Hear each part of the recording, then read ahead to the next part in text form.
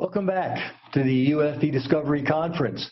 We're going to enter a really exciting hour right now where we've got four 15-minute jam-packed presentations to talk to you about what's happening in the discovery industry, how you can build your career, how you can build your brand. And we're going to start it off with none other than Craig Ball. Craig, could you join me now?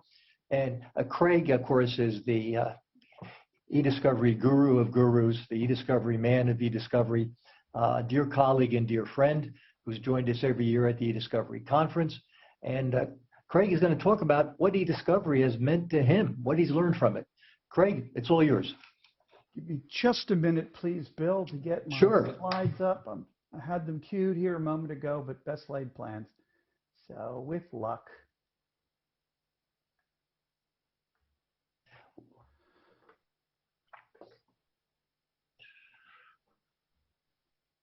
Hopefully you see my PowerPoint now. We're looking good. All Go right, for it. Excellent. So let me make me a bigger me. That's been my lifelong dream anyway. Make me a bigger me. Okay.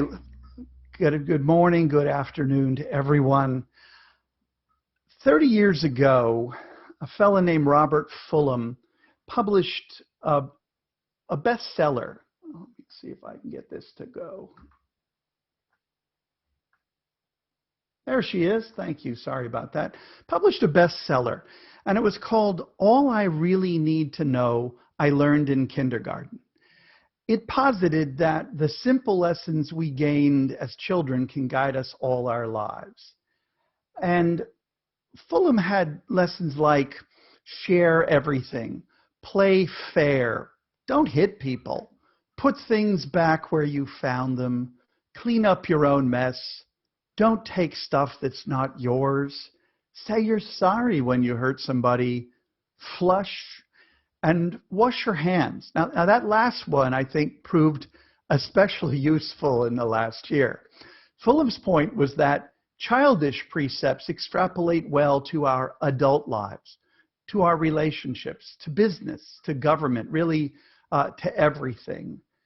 And, you know, I've been a student and teacher of electronic evidence for 40 years almost. So when Professor Hamilton asked me to say a few words to you today, I wondered what I'd gleaned from electronic discovery that might yield life lessons kind of like those kindergarten rules that Fulghum put forward. And many things came to mind. Things like, people will forget what you say or do, but not how you made them feel. Consider what kind of day the other person's having. Classics like you'll get more flies with honey than vinegar. What goes around comes around. One that I think is really important. You'll never regret being kind. Early is on time is late, and one that would really please my mom. Good manners cost nothing. Now, they say basically all the same thing, boiling down to treat others with respect and courtesy. And I commend them all to you. But the shameful truth is I've violated enough of these precepts in my life and career that I honestly feel unworthy to preach their indisputable value. So instead, I sought 5 precepts uniquely suited to electronic discovery, 5 lessons I've acquired and come to believe in through hard experience. I should confess that my point of view is a jaundiced and cynical one. As a special master, courts bring me in when discovery's gone off the rails, often when sanctions are in the offing. And so in my world, incompetence and deceit are more the norm than the exception. So if my life lessons here strike you as too obvious or too simple, I'm actually quite thrilled to hear that. My first one, really the most fundamental of all, is tell the truth based on facts. I mean, we hear that phrase in all the courtroom movies and stories, and occasionally 1 out of 100 times in the courtroom itself. Tell the truth, the whole truth, and nothing but the truth. It's almost a cliche, but maybe we don't think about it often enough. Albert Einstein said, imagination is more important than information. Well, I'm in no position to contradict Einstein, but I have to say, sorry, Al, that's not true in e-discovery. When it comes to e-discovery, information is more important than imagination. In e-discovery, information is everything. Measurement must trump opinion. Your gut sense that the other side is withholding evidence is fascinating, but it's not proof. Your absolute certainty that your client has no responsive data is just baloney without a competent search. If you're to be credible professionals, we must concede what we don't know. We must share what we do know. And we must recognize that cooperation isn't a hallmark of weakness. It's a harbinger of strength. Bluffing is fine at the poker table, but it will kill you in court. Your word, your credibility, your reputation for honesty is worth more than all your education and skill. And a variant on number one is tell the truth no matter the consequences. I've written literally hundreds upon hundreds of articles about e-discovery and digital forensics over 24 years. And my colleagues ask me sometimes, Craig, aren't you afraid something you wrote will be thrown up, used against you in cross-examination when you're a witness? And I honestly tell them I've never worried about that because I've told the truth as I knew it in everything I wrote. Now, sometimes I concede I was mistaken, but I was never false. They were honest mistakes. So I don't have to remember what I said in the past. I just have to hold on to what I know to be true. If someone wants to cite me to impeach me, I kind of say, bring it on. I will take you from punch cards and tape to magnetic media to solid state storage, from big iron mainframes to client server to the cloud. I'll share my conviction that the learning never ends and yes, mistakes will happen along the way. The measure that matters is how we own our errors. If we stick to the truth, we can gain more from failure than from success. My second precept is just one word. A century ago, a fellow named Thomas J. Watson put a word on an easel at a business meeting, and it read, think.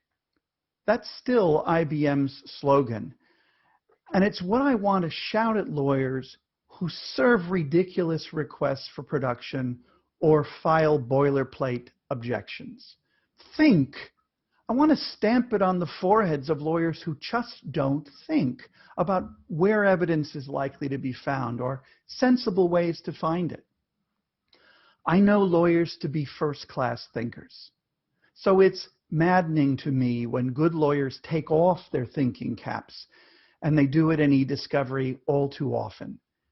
Any lawyer can learn enough tech to master the E in e-discovery. Anyone. Every one of you, absolutely. All of us on this conference faculty are convinced of that. It's what gets us out of bed every morning.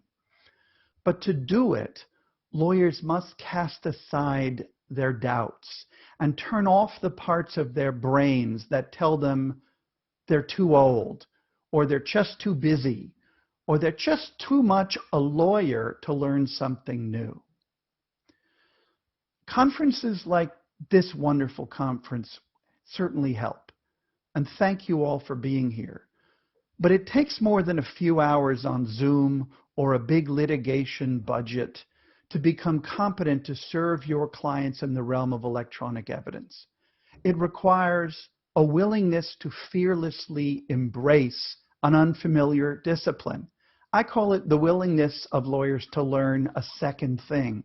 We struggled through 3 years of law school, through years of apprenticeship at law firms and in practice, learning to be great lawyers. And we kind of abandon the notion often that we could learn a second thing. It takes a commitment to study, question, pursue, and explore information about information. It takes a commitment to think about how people communicate, what tools and software they use, their language, how they express themselves, what metadata matters, and where data lives. So please don't think you can't learn it, or worse, that you need not learn it. You can, you must. And nothing less than the future of the civil justice system depends on that. Of course, you're here pursuing greater expertise, so I'm preaching to the choir. My third lesson is have a plan. In my 20s, I read an epic biography by Robert Caro, and he wrote it about a New Yorker named Robert Moses. Moses hasn't fared well in history, but he was an urban planner who reshaped the face of New York City for good and ill. Robert Moses had massive projects, and they got built. The secret to his success was that where others came to planning meetings with ideas, Robert Moses arrived with blueprints and budgets. He was the original man with a plan. In e-discovery, lawyers are brilliant at brilliant at articulating objections, at saying what their clients won't do. But what's often missing is a well-reasoned plan for what their clients will do. When you come with a plan, it's manifestly clear you thought about what must be done. A practical plan demonstrates your commitment to progress. A reasonable plan forces the other side to work within your framework. Judges love it when lawyers come with a plan. The rules of discovery are written to better serve litigants with a plan. So e-discovery then demands a good protocol. That's our plan typically in e-discovery, our protocol for search, our protocol for production. And success in e-discovery demands that lawyers understand which features of these protocols are crucial and essential and which are negotiable. So always, always, always show up with a plan. Number 4 is never attribute to guile that which can be explained by incompetence. I borrowed that one. I borrowed it and adapted it from my dear late friend Browning Marion. Browning had a huge store of wise sayings. And in fairness, Browning borrowed that one from Robert Heinlein, whose Heinlein's razor reads, "Never attribute to malice that which is adequately explained by stupidity." Well, because we know lawyers aren't stupid, I prefer to term it a shortfall incompetence. When a party messes up an e-discovery, the victims of their failure often cry foul and suspect an intent to deprive them of the missing evidence. In my experience, intent, here I'm calling it guile, when it's genuine, tends to manifest to conceal the screw-up. It's the cover-up that kills you, not the failure itself. Most screw-ups, in my experience, are just screw-ups. They're always avoidable. They're sometimes truly reprehensible. But more often than not, they're the result of apathy, not antipathy. Maybe that's why the last set of rules amendments shielded parties from serious sanctions for mere incompetence. I'm not happy about that. In my mind, the decision to tie judges' hands when disciplining incompetence and spoliation was a poor one, a mistakenly political one. Fear of sanctions was the prime driver of the e-discovery revolution. It's what got us here. It was the reason lawyers and companies came around and started preserving and producing ESI. Sanctions have always been the driver of competence. Sadly, we never had much of a carrot, and now they're taking away the stick. My final lesson is one of human nature. Remember that courts guard their authority more scrupulously than your client's rights. And what I mean by this, and with no disrespect to the judges on this esteemed faculty or those judges listening, is a recognition born of experience. And that is that a party is considerably more likely to be disciplined for violating a court's order than for failing to fulfill obligations to an opponent. The takeaway is that an effort to secure sanctions is a marathon, not a sprint. You must take the time and make the effort to mature motions to compel and protection orders into explicit orders of the court. Courts cannot function if their orders are ignored with impunity. So if sanctions are your objective, position the failure to produce to be more than simply a transgression of your client's rights. Position it as something that threatens the court's sovereignty. And while we're talking sanctions, never forget that sanctions are exceptional remedies. Courts hate to sanction parties or counsel. Though the threat of sanctions carried along in a case can be a useful tactic, if you're seeking sanctions to patch over weaknesses in your case, it's a fool's errand. Discovery is a mechanism to gather evidence to make your case. Nothing more and nothing less than that. Those are my 5. I expect you have some great ones of your own. Next year, I'd like to hear you sharing yours right here. Even better, let's all meet in Gainesville. Share your ideas. We'll break bread. We'll toast a return to normalcy. So please take that as an invitation to join the eDiscovery community. Being a part of that community has been one of the great delights of my professional life, and I've made wonderful friends that way. You will too, I promise. So thank you and be well, and thank you, Professor Hamilton, for allowing me to pontificate for a few minutes. Your pontification is always wisdom well shared, Craig. Much appreciated. Thanks so much.